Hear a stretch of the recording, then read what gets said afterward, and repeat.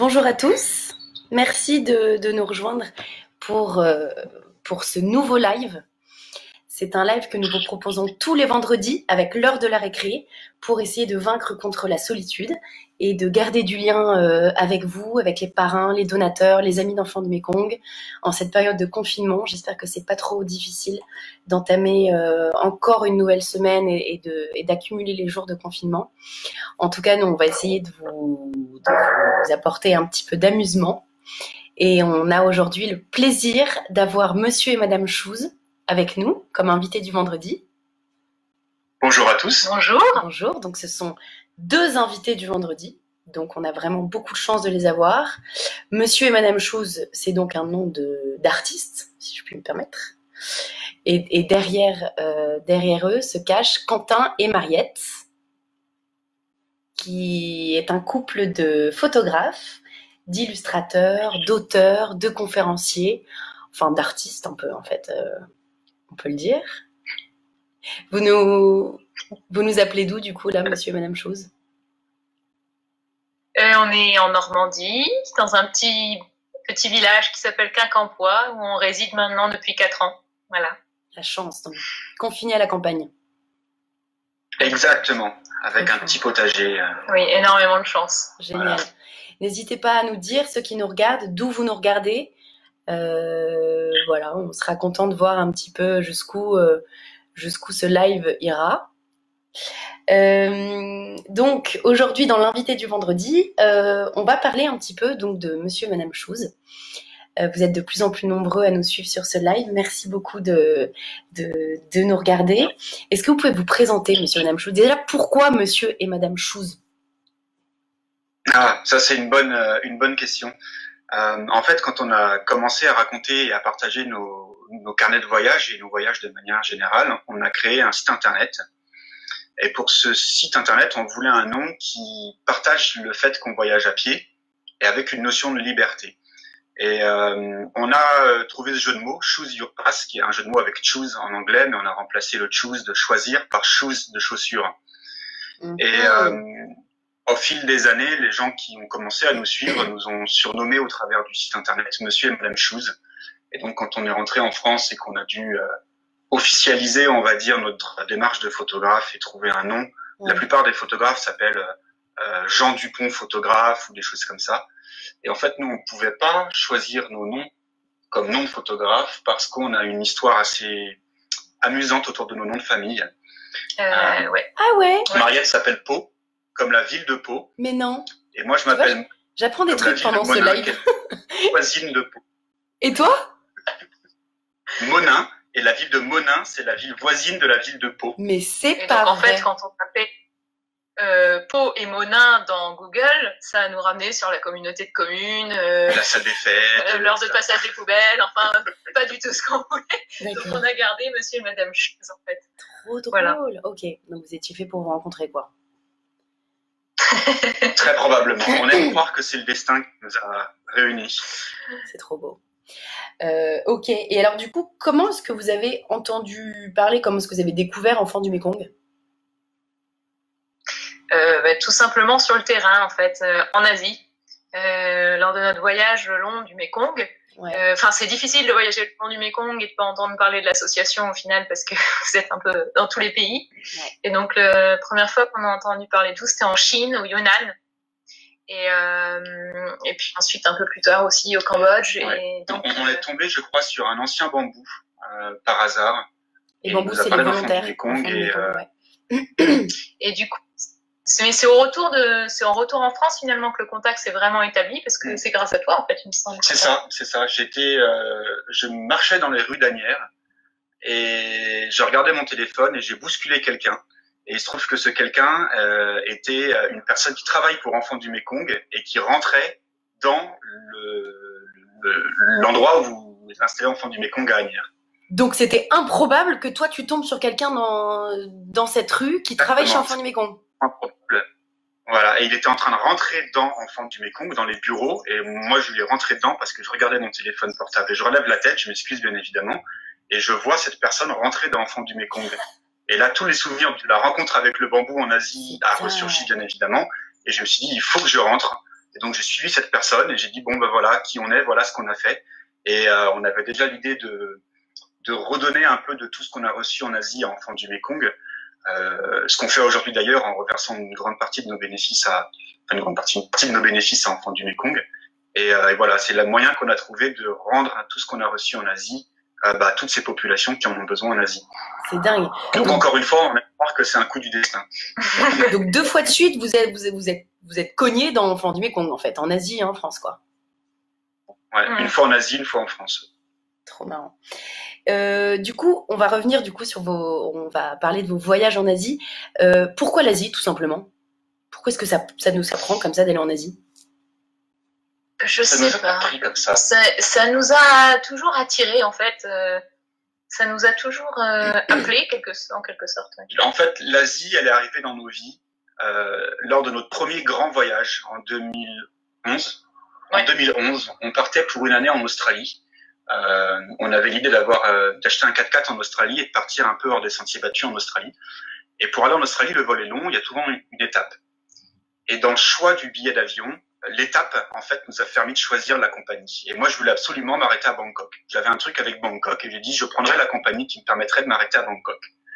Donc, on s'est arrêté une semaine à Bangkok et on a eu un espèce de déclic. On s'est dit, waouh, c'est super, il se passe plein de trucs qu'on connaît pas, des odeurs, des bruits, des couleurs, plein de choses. Ouais. Et c'est resté dans un coin de ma tête. Et quand on était dans l'Ouest australien, on était entre deux boulots. On avait un mois à tuer. Et on est parti sur un coup de tête à Bali. Et donc là, deuxième rencontre avec l'Asie. Pareil, gros coup de cœur.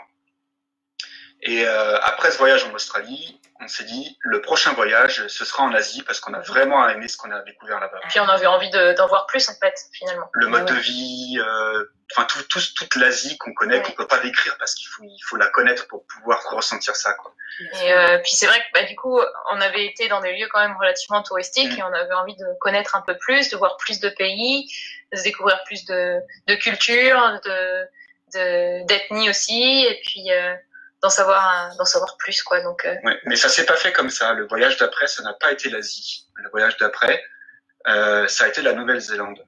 Ah ouais, en fait, on a commencé presque un an, non? En Nouvelle-Zélande en plus. Vous êtes resté presque un an, non? C'est ça? On était 10 ou 11 mois, oui, je sais plus exactement. Oui, il me semble 11 mois, oui. Et en fait, on avait déjà ce projet de retourner en Asie. Et on aime bien dans nos voyages avoir un fil conducteur. Et en cherchant un peu un fil conducteur en Asie, on aime bien les cartes aussi. La carte de l'Asie nous a imposé le fil conducteur qui a été le Mékong. En fait, on entend parler du Mékong partout avec les controverses écologiques, économiques et sociales. Et il passe dans tous les pays d'Asie. Donc on s'est dit, on va suivre le Mékong et ce sera notre fil conducteur. On va rencontrer les gens qui habitent le long du Mékong. Et en fait, c'était une idée géniale parce qu'au début,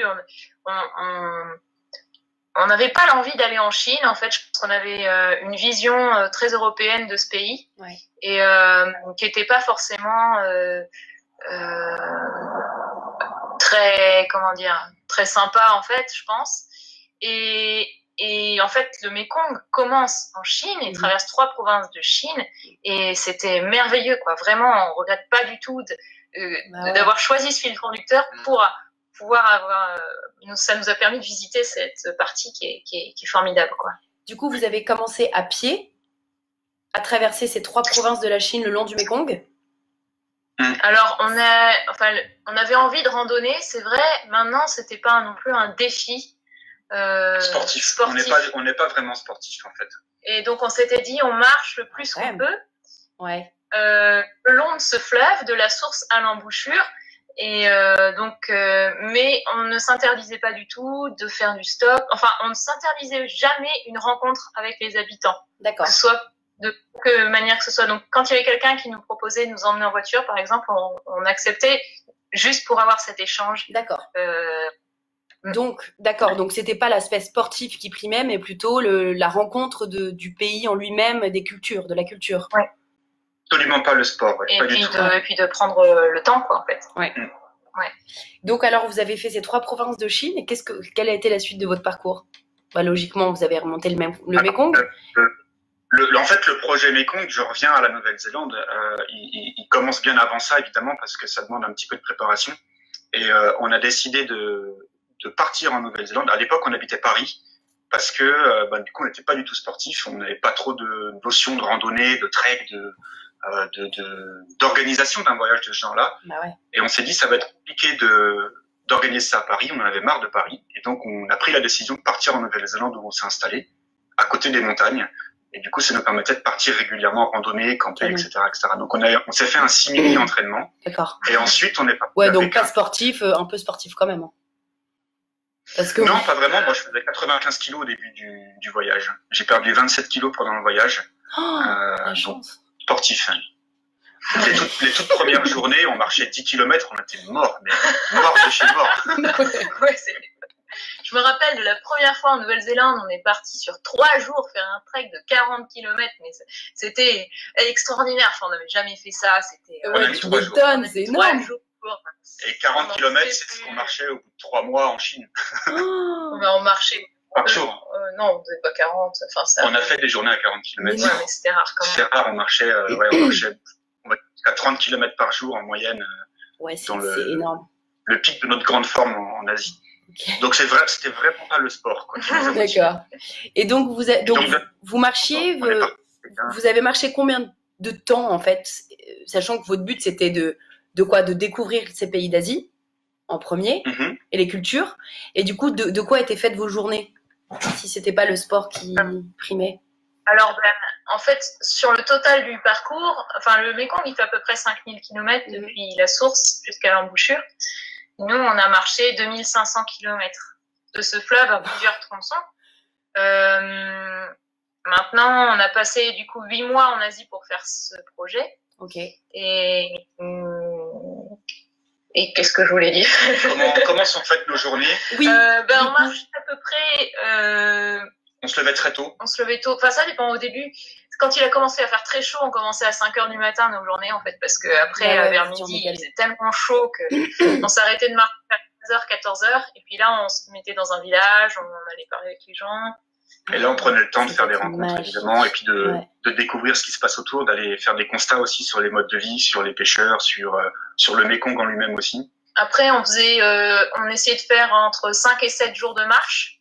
Ouais. Et après, on se fait 3 ou 4 jours à l'endroit ou un endroit qui nous plaisait pour récupérer physiquement, pour faire notre lessive, pour se nourrir correctement, etc., pour discuter avec les gens et s'intéresser un peu plus, partager nos photos. On prenait le temps aussi d'écrire pendant ces quelques jours-là. D'écrire, de dessiner.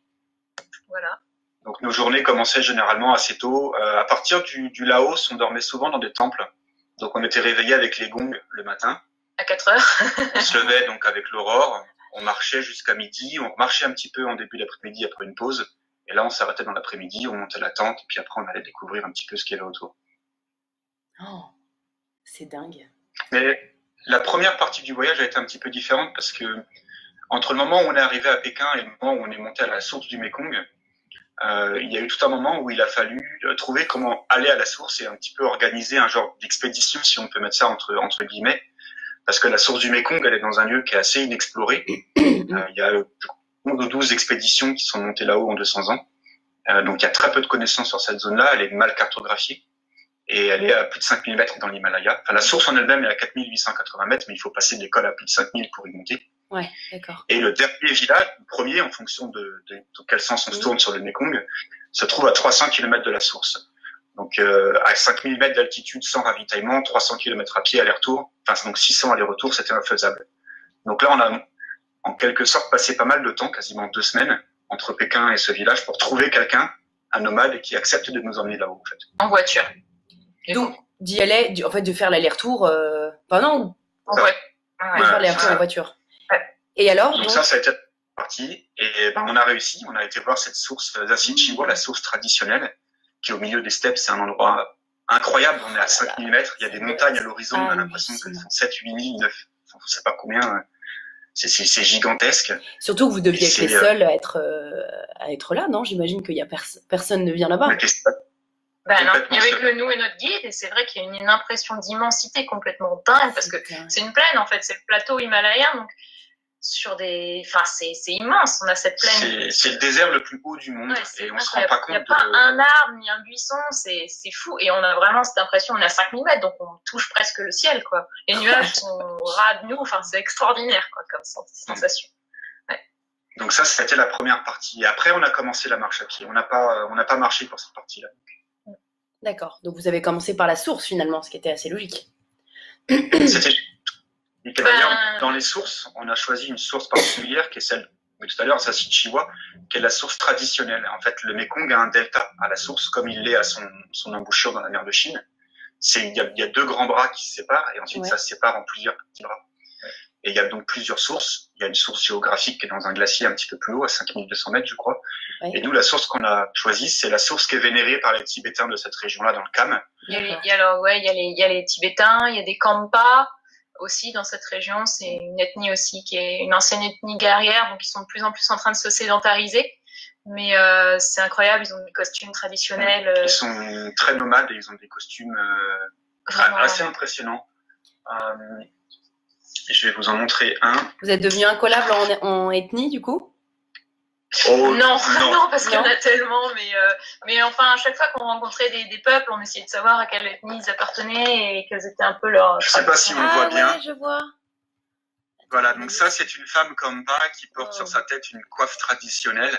Alors, on trouve d'autres ethnies qui portent ce genre de coiffe du côté de l'Himalaya indien. D'accord. Il y a les Goloks qui en portent. Et donc cette coiffe, elle est traditionnelle et en fait c'est du corail et de l'ambre et des turquoises. Et en fait c'est des pierres qui sont très précieuses dans l'Himalaya parce que évidemment on est loin de la mer et de ce genre de pierres là en fait. Donc ça coûte une fortune et ça représente le rang social et la fortune. C'est tellement intéressant l'histoire des ethnies. Et alors, ce qu'on voit pas, c'est qu'en fait, dans leur dos, elles ont un peigne et les coiffes peuvent descendre quasiment jusqu'aux pieds en étant remplies de pierres. Ça peut peser 15 kilos, c'est incroyable. T'as essayé, Mariette? Non. On en a essayé d'autres des costumes, mais pas celui-là. Ah ouais? Non, j'ai pas essayé. C'est hyper personnel parce que c'est des coiffes qui se transmettent de mère en fille, en grand-mère, enfin. Et donc, à chaque fois, elles rajoutent des choses dessus. Et c'est un peu la richesse de la tribu et traditionnellement, les tribus entre elles kidnappaient les femmes pour se marier avec. Et en fait, quand on kidnappait une femme, on avait la dot avec, en quelque sorte. D'accord. Qui était dans les bijoux, quoi. C'était pratique. Okay. À l'ancienne, quoi. À l'ancienne, ouais. De quelle ethnie est-ce que vous êtes senti le pain? Quelle ethnie vous avez le plus rencontré au fur et à mesure du temps en Asie? Les Karen, non? J'imagine que vous en avez pas mal vu. On a vu beaucoup d'ethnies. Il y a 59 ethnies. Non, au moins 53. 53 en Chine, 59 au Vietnam, en Asie, au Laos, il y en a, je sais pas combien aussi, 60 000, je crois. C'est impressionnant. On a rencontré évidemment beaucoup de Han en Chine puisque c'est l'ethnie majoritaire. Ouais. Mais on a rencontré des Hui, Alors moi j'aimais bien les Hui parce que alors c'est les peuples musulmans qu'on trouve souvent dans le nord-ouest de la Chine. Ouais. Et c'est des peuples qui viennent du Kazakhstan, de Mongolie et de tous les pays en stan qui sont dans l'Asie centrale, on va dire. Et il y en avait pas mal par là où on était. Et en fait, ils ont un art culinaire qui est juste délicieux. Et donc, quand on trouvait des petits restaurants oui, c'était tout de suite l'endroit où on allait parce que c'était déjà ils sont adorables, super accueillants et en plus on se régalait à chaque fois. Donc ouais, bien sûr. Ils font de même et tout. Ouais, il y a une question de François qui demande comment est-ce que vous arriviez à communiquer avec toutes ces ethnies parce qu'ils ont leur dialecte propre. Ouais. Alors la Chine de manière globale a été assez compliquée en communication parce qu'ils parlent mal anglais. Voire pas du tout. Voire pas du tout. Ouais. Et dans les plateaux tibétains, donc dans toute la partie du Kham et de l'Abdo, qui est le Tibet oriental réparti sur le Sichuan, le Yunnan et le Qinghai, ils parlent que des dialectes tibétains locaux. Donc on avait avec nous un petit guide français mandarin avec les caractères chinois et les caractères en pinyin, la traduction en caractères latins. Et on a en 3 mois acquis les rudiments du mandarin parce que on n'avait pas d'autre choix. Donc au départ, on pointait les mots sur le carnet. Ceux qui savaient lire le prononçaient et on répétait les mots à l'oreille. Et ensuite, en aiguille, on construisait des phrases en mettant des mots les uns derrière les autres. Mais on a dû passer pour des abrutis un certain nombre de fois parce qu'en fait, au départ, ils nous disaient tout le temps poser les mêmes questions, en fait, parce que quand on marchait le long de la route, ils s'arrêtaient souvent avec leur moto et puis ils nous demandaient où est-ce que vous allez? Où est-ce que vous allez? D'où vous venez? Où est-ce que vous allez? Ouais. C'était les deux questions. Et nous, on comprenait pas du tout. Donc, en fait, on s'entraînait à répéter leurs questions. Et ça marche. Après, ça marche, ouais. Après, on a fini par comprendre ce que ça voulait dire en regardant notre petit carnet, en faisant des transcriptions. Et on pouvait leur répondre. Et au bout d'un certain temps, on savait répondre à une vingtaine de questions. On savait les reconnaître, les répondre. Et du coup, ils avaient l'impression qu'on savait très bien parler chinois. Sauf qu'au bout des 20 questions, ils nous posaient une question qu'on ne connaissait pas. Et donc là, on lui disait, mais on ne sait pas parler chinois. Et le mec, il buguait complètement parce qu'on venait de répondre à 20 questions en chinois. Donc c'était un peu... Mais il devait rien comprendre. Vous non plus. Après, un truc assez incroyable, c'est que même dans la steppe tibétaine, les jeunes, ils ont tous un truc fantastique. C'est le smartphone. Alors ça, on s'y attendait pas du tout, mais c'est vrai on se posait vraiment des questions sur la communication. Et en arrivant là-haut, un peu paumé, quoi. Et là, on voit un jeune qui arrive, il prend son téléphone, il parle dedans, il nous le montre, ça nous traduit en anglais. Ah bah, c'est pratique. Bah ouais. Ouais, donc top pour vous, quoi. Donc pour nous, c'était fantastique, mais ça a quelque part un peu aussi cassé le mythe de l'expédition et du grand voyage des années 1800 où les mecs ils devaient galérer et partir pendant des mois et des mois. Et nous, on se pointe, on a un jeune qui a la coupe à Elvis Presley, une veste en cuir, des bottes à clochettes et un téléphone portable dans la main. Et c'était à la fois fantastique et à la fois une désillusion d'un mode de voyage qui a disparu. En fait. J'imagine. Ouais. Mais alors, du coup, c'était vraiment intéressant parce que ça permettait un échange assez profond et qu'on n'aurait jamais eu avec notre mandarin limité, en fait. Après, on a rencontré quand même aussi pas mal de guides qui parlaient anglais et qui faisaient la traduction pour nous. Voire dans certains cas, un guide qui parlait anglais mandarin, qui traduisait à une femme d'une ethnie ou un homme d'une ethnie, et la personne de l'ethnie traduisait pour une grand-mère dans un langage qui était local à l'ethnie. Qui même ne parlait pas. Donc des fois, c'était un peu pas mal de traducteurs dans la chaîne, quoi. J'ai une question de Ombline qui demande si vous avez pu visiter des écoles en Asie et rencontrer éventuellement des filleuls d'enfants du Mékong. Alors ça, en fait, on n'en sait rien. Alors quand on a marché le long du Mékong, forcément, on a rencontré des tas d'écoles. Ouais. On a visité quelques écoles. On a visité des écoles. Au Cambodge, on a rencontré une femme, je ne sais pas si elle appartenait à Enfants du Mékong, je pense qu'elle appartenait à une ONG, je ne sais pas laquelle. Elle proposait des cours d'anglais, en fait, le dimanche, de soutien pour les enfants de tout son village, des villages alentours. Ouais. Et du coup, on a échangé avec cette femme-là, c'était vraiment super. Mais je ne sais en fait, on ne sait pas. Si on peut pas savoir. C'est pas plus, c'est assez difficile à dire, surtout que au Laos et au Cambodge, il y a donc beaucoup d'écoles. Et au Cambodge, on a ressenti quelque chose d'incroyable, c'est que c'est un qui est encore traumatisé et complètement secoué par ce qui s'est passé avec les Khmers rouges. Mais en même temps, il y a un espèce d'espoir fantastique qui est placé sur les enfants et sur la nouvelle génération, qui est l'éducation, justement. Et on s'est rendu compte au fur et à mesure de notre voyage, on est passé dans des zones assez, je dirais pas reculées géographiquement, mais reculées d'un point de vue du développement. Du développement et du tourisme.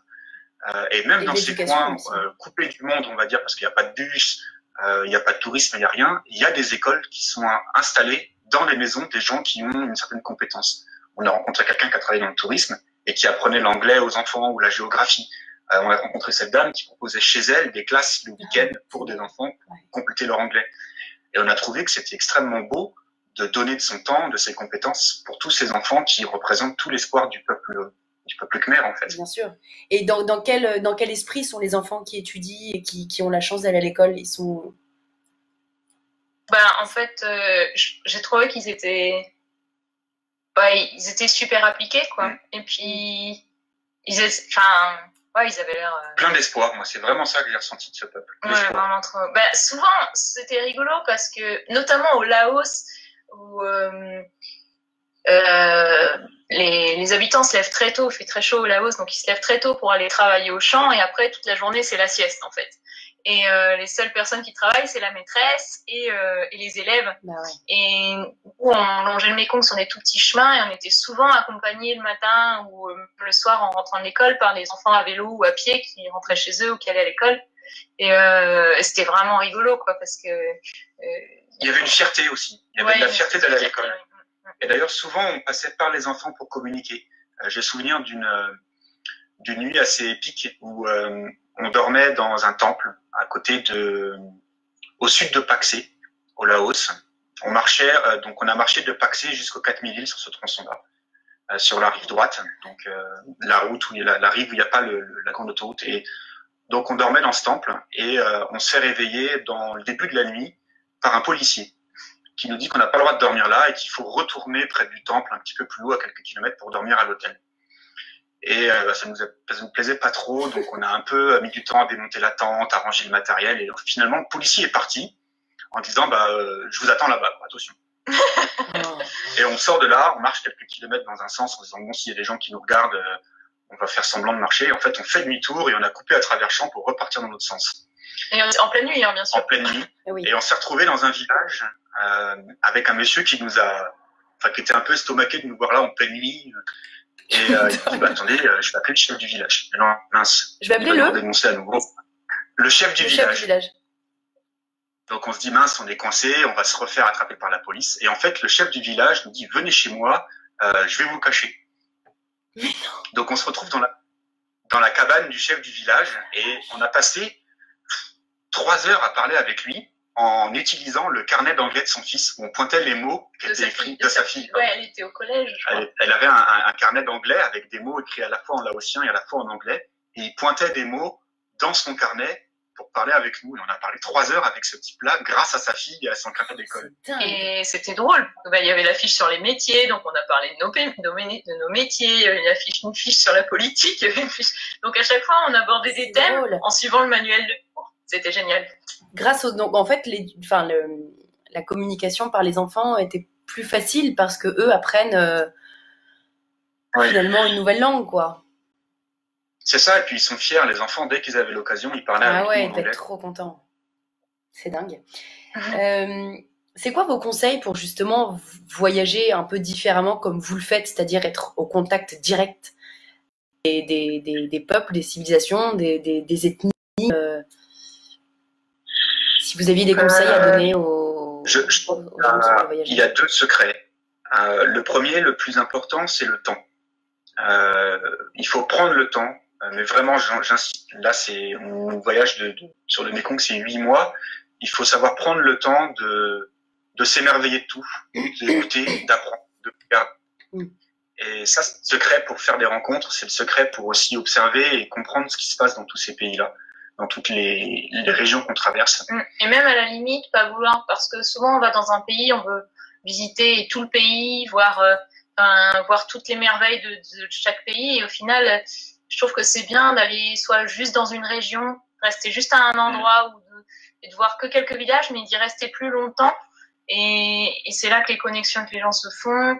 Et ouais, je trouve que prendre le temps de voir vraiment un lieu plutôt que de passer, de visiter une journée et puis d'aller à un autre endroit. On a l'impression de moins voir de choses parce qu'on dans notre société aujourd'hui où on doit consommer, on doit tout voir, on doit tout posséder, on doit tout faire, ça doit aller très vite.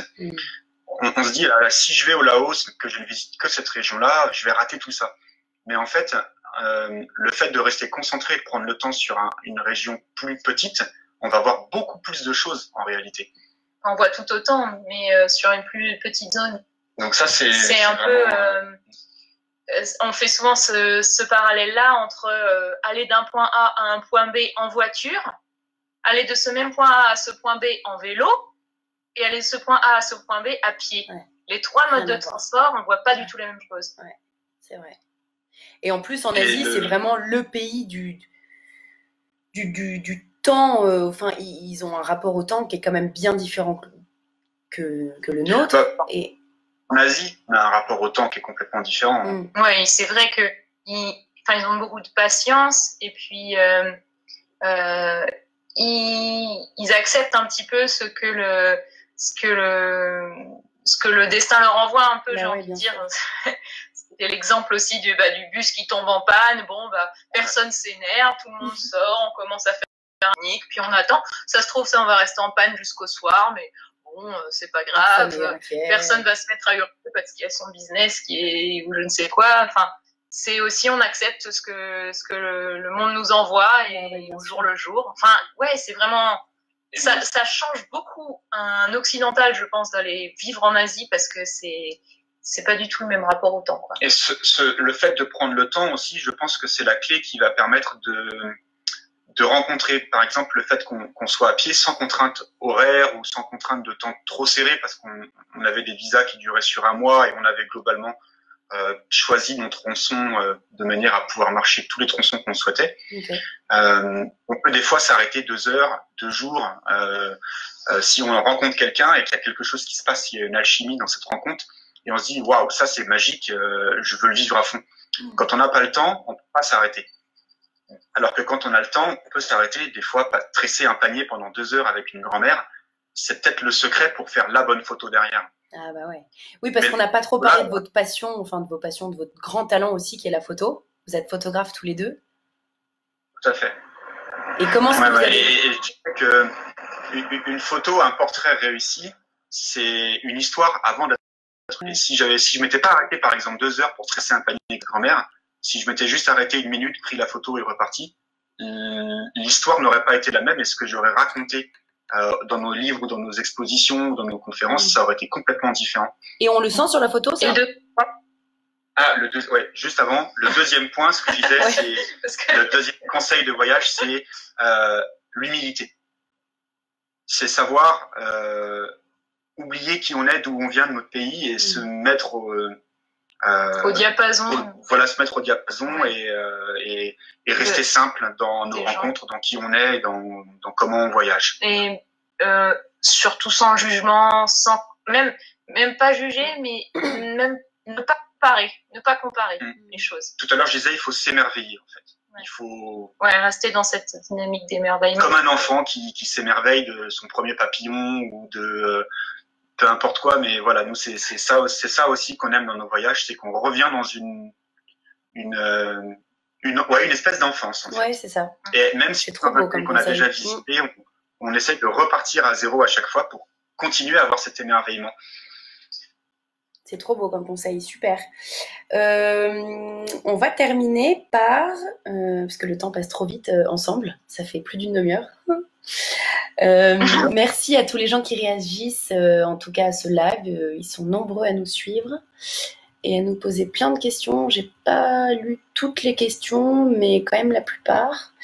Est-ce que vous avez une belle rencontre à nous partager pour terminer en beauté? Ouais. C'était. Je pense qu'il y en a une, ouais. Enfin, oui, il y en a plein, mais. Celle qui nous a qui nous tient encore dans le cœur maintenant, c'était une grand-mère qu'on a rencontrée dans le Yunnan, qui s'appelait Paulina. Alors, il y avait sa fille aussi. Vous avez une photo? On a passé 7 jours chez elle, en fait. Et... Attends. C'est en fait, cette personne, en fait, elle est particulière pour nous parce que c'est un petit peu elle qui a tout déclenché pour nous par la suite. C'est-à-dire que au départ, on partait voyager sans forcément avoir le projet de faire un livre qui raconte notre idée, notre périple, sans avoir forcément l'idée de faire des expos ou des conférences. Et un jour, on a rencontré cette dame chez qui on s'est arrêté 7 jours au final. Et on a appris tellement de choses sur son quotidien, sur sa façon de vivre et sur tous ces changements qui bouleversent sa vie avec le bouleversement du monde actuel, qu'elle a été un déclic en se disant mais on a ce pouvoir de donner la parole à cette dame-là et à toutes les autres personnes qu'on va rencontrer derrière sur un quotidien qui est méconnu en fait. D'accord. Donc cette dame c'est Paulina. Tu veux raconter son histoire un petit peu? On va retrouver la photo. Donc le livre que j'ai à la main, c'est le livre que nous avons édité, qui s'appelle Mekong, une aventure de la source au delta, une aventure à pied, et qui retrace tout notre travail d'écriture, de photographie et de dessin à travers les pays d'Asie le long du Mekong. Et donc c'est un peu Paulina qui a déclenché tout ça. Voilà, Paulina, c'est elle. Il faut que tu restes Donc c'est une un peu femme. longtemps. Ouais, Tu la vois bien? ouais. Oh, putain, cette photo. Donc elle a 85 ans au moment où j'ai pris la photo. Donc, c'était il y a 4 ans déjà. C'était il y a 4 ans. Aux dernières nouvelles, elle est toujours vivante. Ah Ouais, parce qu'il est arrivé encore un truc extraordinaire. C'est que c'est toi qu'on t'entend encore une fois, ce qui était déclenché ça. Tu as rencontré la petite fille de grâce à Enfant du Paulina. Mékong. Grâce à Enfant du Mékong, ouais. Grâce à Enfant du Mékong. Parce qu'on n'avait pas de nouvelles de cette dame depuis qu'on l'avait vue. C'était la projection de Grandir à l'avant-première. Il y avait la petite fille de Paulina qui était là et je l'ai rencontrée par pur hasard également en sortant de la projection. Et donc incroyable. Grâce à elle, on a pu comment transmettre un tirage. Ah ouais. Et comment est-ce que vous avez fait le lien? Grâce à une personne qu'on a rencontrée en Asie qui est en contact avec Enfant du Mékong, qui était là également avec elle en fait. D'accord. Donc tu l'as retrouvée à la projection de Grandir? C'est ça. J'ai reconnu la personne qu'on a rencontrée en Asie et il m'a dit je suis avec la petite fille de Paulina avec moi. Et là ça a été un déclic. J'avais le bouquin avec moi, je lui ai montré et je lui ai dit j'ai pris une photo de ta grand-mère qui a tout déclenché pour nous et j'aimerais beaucoup lui envoyer le tirage. Et donc je lui ai transmis par la poste et elle l'a normalement retransmis à sa grand-mère quand elle est retournée la voir en Chine. Trop beau. Et puis Paulina a une histoire fantastique avec son pays aussi. Je sais pas si on a le temps de la raconter. Vas-y, c'est vendredi, hein. C'est le week-end presque. Donc moi j'ai tout mon temps. Et ce qui a déclenché je disais l'histoire extraordinaire de Paulina, on s'est dit il faut qu'on en raconte. C'est qu'elle vit dans un village qui s'appelle Sejong, dans la vallée qui se trouve dans la vallée du Mékong, qui est encaissée entre la vallée avec les gorges du Tigre et la vallée de la Salween de l'autre côté. Ouais. Et cette vallée historiquement était peuplée de brigands et de bandits. Et en 1853, les missions étrangères parisiennes ont voulu évangéliser le Tibet et sont passées par cette vallée-là. Et il se trouve que les lamas ont défendu leur territoire et leur religion assez énergiquement, et ils ont repoussé les missions étrangères parisiennes, les missionnaires, dans cette vallée-là. Donc ils se sont installés ici et ils ont commencé à convertir quelques villages. Et quelques années plus tard, ils ont fait appel aux moines des Grands Saint-Bernard suisses, qui avec eux ont apporté des pieds de vigne pour faire du vin de messe. Ah oui, parce que jusque-là, ils n'avaient pas de vin de messe, donc ça allait pas du tout. Ah. Et donc il fallait réussir l'implantation de vignes en fait. C'était ça. Donc ils ont planté des vignes à 2400 mètres d'altitude dans l'Himalaya pour faire du vin de messe. Wow. Et quand Mao est arrivé au pouvoir, il a interdit les religions, les prêtres ont été mis dehors. Mais ces villages tibétains qui ont été convertis ont conservé leur foi et ont caché des chapelles dans des maisons traditionnelles. Et les pieds de vigne sont restés en place depuis tout ce temps-là aussi. C'est dingue. Et donc, quelques années, ils ont recommencé à faire du vin. Et donc, d'ailleurs, Paulina, avec son vin, a gagné une médaille d'or des vins d'Asie, je crois. Oui. Un truc elle a été aidée tout le village a été aidé par un œnologue suisse. Ils ont créé quelque chose pour faire un vin magnifique. Un vin vraiment exceptionnel. Et c'est marrant parce que dans les cépages là-haut, on a retrouvé des pieds donc originaires d'Europe, mais qui n'existent plus en Europe parce qu'il y a eu une épidémie de phylloxéra hyper importante qui les ont fait complètement disparaître. Donc on a retrouvé des pieds, des cépages de vin français qui n'existent plus chez nous, là-bas. Et vraiment bien implantés. Il faut savoir qu'ils sont à 2000-2500 mètres quand même, et les vignes poussent et produisent du raisin. C'est incroyable. C'est hallucinant. Donc c'est une histoire ahurissante. Ah ouais. Quand on a connu tout ça et quand on a vu aussi tout le quotidien de Paulina, ça a été vraiment le déclic. Donc la belle rencontre, c'est elle, même s'il y en a. Ouais. Ah bah j'imagine qu'il y en a beaucoup, ouais. Bon, ben c'est incroyable tout ça. Merci beaucoup. Dernière petite question pour terminer cette rencontre. De quoi est-ce que vous êtes, vous, aujourd'hui, le plus fier? C'est dur. Moi, je pense que c'était le fait d'avoir réussi à faire tout ça à deux. C'est ma réponse, ça. Parce que vous étiez même pas concertés. Comment? Vous étiez même pas concertés. C'est trop chou. Non. C'était d'avoir fait ça tous ensemble. C'est vrai qu'on est parti et on n'avait pas du tout planifié au début. Les premiers pas qu'on a fait le long du Mékong, on s'est pas du tout dit qu'on ferait ce chemin-là, qu'on deviendrait photographe sur le chemin, qu'on deviendrait illustrateur, qu'on deviendrait écrivain, on n'avait pas du tout prévu ça, du tout. Et je pense que ensemble, le fait d'être tous les deux, puis de vivre 24 heures sur 24, tous les deux, et de monter le projet au fur et à mesure, jour après jour, pour moi, c'est la plus belle réussite qu'on ait pu faire, quoi, en fait. Et d'avoir donné suite à tout ça, parce qu'aujourd'hui, on travaille toujours à deux, on est photographe, on vit évidemment de nos expos, de nos ventes de livres, de bandes dessinées, de tirages et des conférences que l'on fait. On continue à faire d'autres voyages et d'autres projets autour d'autres peuples en Asie et ailleurs. Mais on a aussi développé une entreprise locale en Normandie où on fait des photos de mariage notamment, on fait des photos pour des entreprises. On essaye et aujourd'hui, on est fiers de se dire que finalement, ce voyage a été un peu initiatique pour nous et dans notre couple, même si on est en couple depuis très longtemps. On a réussi au bout de 10 ans de couple, parce qu'à l'époque, ça faisait 10 ans qu'on était ensemble, de recréer quelque chose de nouveau et un nouveau projet de vie ensemble. Et d'arriver à en vivre aujourd'hui. Et puis, voilà. Et puis de concrétiser aussi par le mariage. Parce que vous êtes mariés, vous êtes mariés quand même le 14 février. Ouais, c'est encore tout frais, on a encore envie d'y être. Trop beau. Mais après tous ces kilomètres parcourus, ce livre sorti, ces BD et tout, bravo. Merci, parce que tout ça, ce serait impossible et ça aurait beaucoup moins de saveur sans toutes les personnes avec qui on les partage, surtout. Parce que le résultat de tout ce travail, c'est aussi le plaisir de le partager derrière, et ça, c'est aussi une des grandes motivations du voyage et de la photo. Trop bien.